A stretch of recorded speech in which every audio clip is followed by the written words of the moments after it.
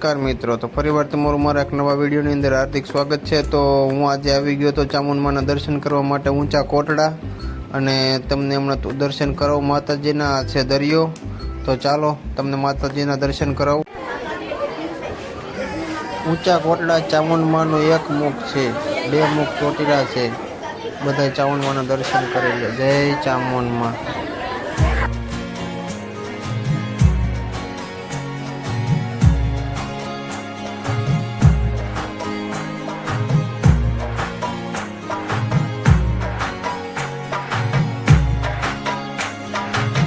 અહીંયા કાળ ભૈરવ દાદાની પણ મૂર્તિ છે, તો એના પણ દર્શન કરી લઈએ। જય કાળ ભૈરવ દાદા। અહીંયા નાળિયેર ને પ્રસાદીની દુકાન છે।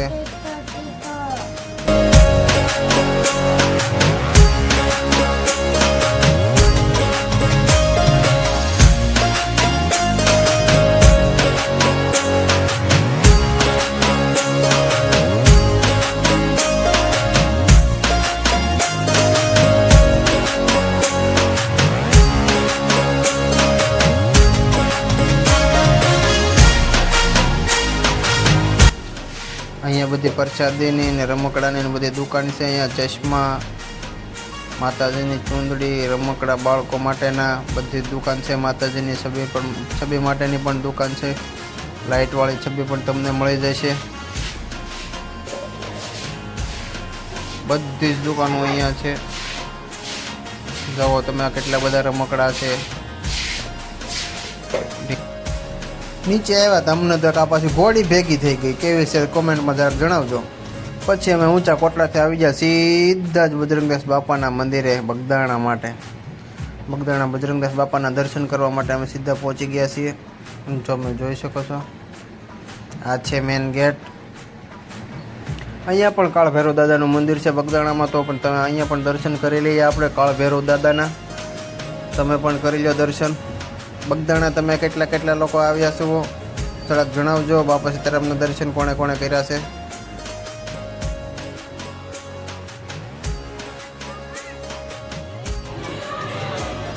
આ છે બાપાનું મેન મંદિર, ગાદી મંદિર।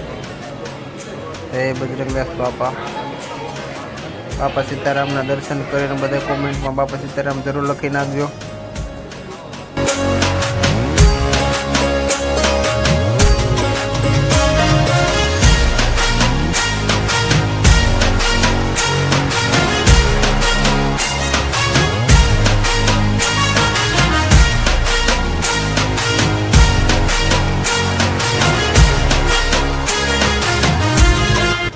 ગાદી મંદિરની બાજુમાં જ બાપા સીતારામનું બીજું પણ નાનું મોટું મંદિર છે, તો ત્યાં પણ મેં દર્શન કરી લીધા છે। જોઈ લો તમે પણ દર્શન કરી લો। જય બજરંગદાસ બાપા।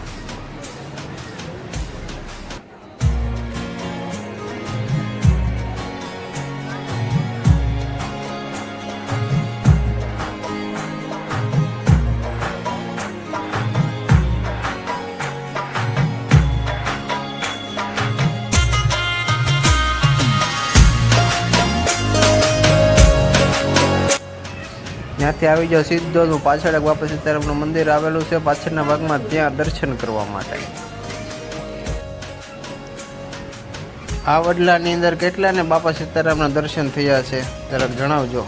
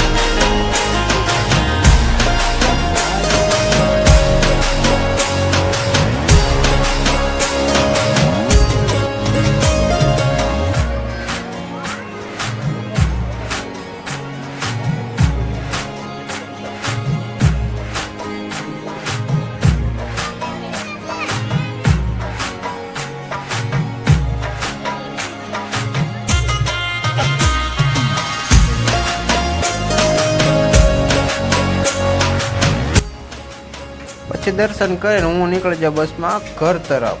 તો મળીએ છે નેક્સ્ટ વિડીયોની અંદર. ત્યાં લગન બાય બાય. વિડીયો સારો લાગ્યો હોય તો લાઈક, શેર અને સબસ્ક્રાઈબ કરતા જાજો.